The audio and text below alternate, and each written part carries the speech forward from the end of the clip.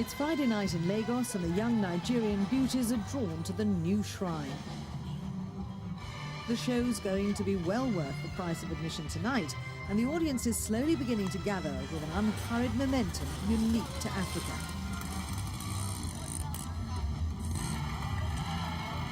Femi Kuti and the Positive Force Band are putting on a concert. It's to mark the 4th anniversary of Femi's father's death. Fela Kuti was the Afrobeat legend who married 27 of his dancers. Son Femi is monogamous, but he knows how to get the show moving anyway.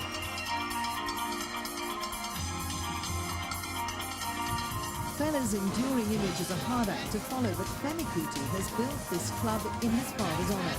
It's a way to make sure that memory lives on. Well, my relationship with my father was problematic, but we're very close. Towards the end, very close. We had difficulties because of the people around him who were always, everybody was after what they could get from him. And for me, he was always trying too hard to please the people around him. And people who loved him, he never really paid attention. Lagos looks like many Western cities from a distance, but underneath its veneer of big city sophistication, it embodies all the worst excesses of Nigerian life. Fela Kuti was an outspoken political opponent of successive military governments in Nigeria, so the original shrine he created has been pulled down. It's the ordinary people's loss. Most of the market sellers on the streets, they make money when Fela was here. And everybody are very happy when he was here. But now that he's not here, there is feelings, there's the street. You can see the street, how the whole street is dull. Fela is sorely missed. There's nothing we can do. Everything has gone. So that's how God wants it. Imprisoned and harassed by the authorities, Fela was urged to run for president by his fans, and Nigeria will never see his like again. Fela was internationally renowned as a high-life, jazz and Afrobeat exponent, and his music plays on in the streets of Lagos. Music shops are still full of Femi's father's records.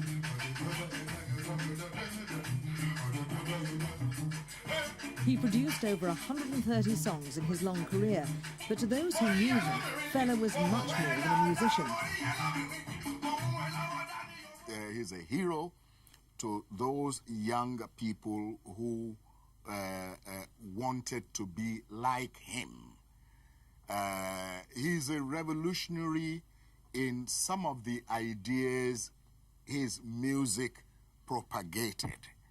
And if he was not a revolutionary, he would not have become such a scare to established authority.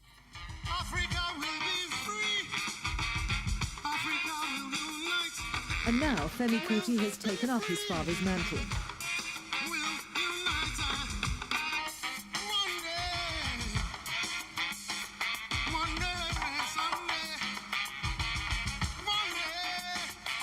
Once desperate to prove himself greater than Fela, Femi has mellowed.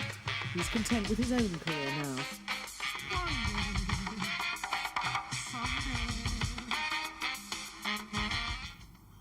I always think about him. He's always in my thoughts. So, I mean, the shrine is for him. Many things I do are like for him, really. Still in his path. The struggle.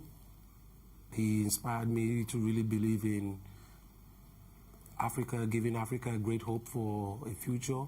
And so I spent my career, most of my career, fighting for the liberation of Africa and things like this. Like his father, Femi sees the squalor, the struggle to survive, the corruption and the mismanagement of Nigeria with the eyes of one who's travelled extensively abroad. He's very critical of the lack of progress managed by the successive regimes in his homeland. I say we're in prehistoric times. We have passed the Stone Age. We are going further and further back into the forest. It's pathetic, I think. It's terrible. I see there's no ideology behind the government, for instance. And in recent months, as always, the newspapers on sale in the capital bemoan the state of the Nigerian nation. The headlines speak of corruption, civil unrest and economic disaster in equal measure.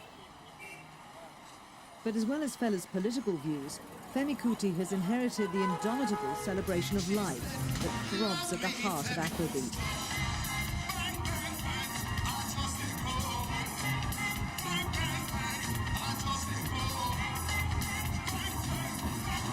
This lyrical tour de force won him the title of Best Male African Artist at the World Music Awards.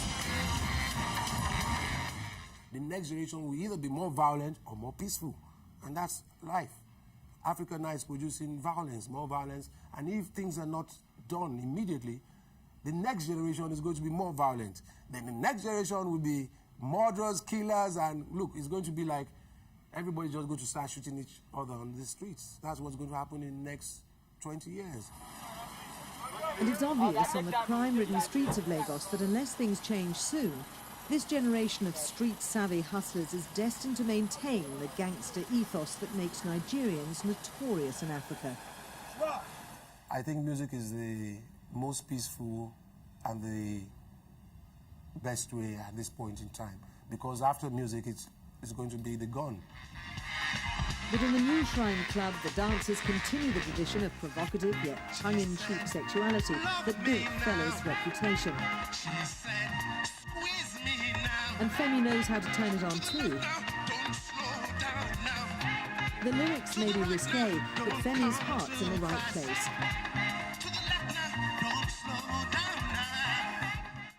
I've not given up hope. I will still sing about the problems. I will still spend my life, my money, and everything I've got trying to liberate Africa from this mess.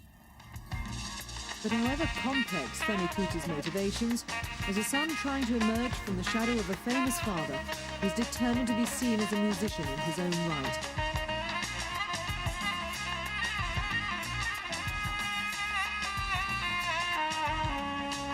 And Femi does know how to blow a sax.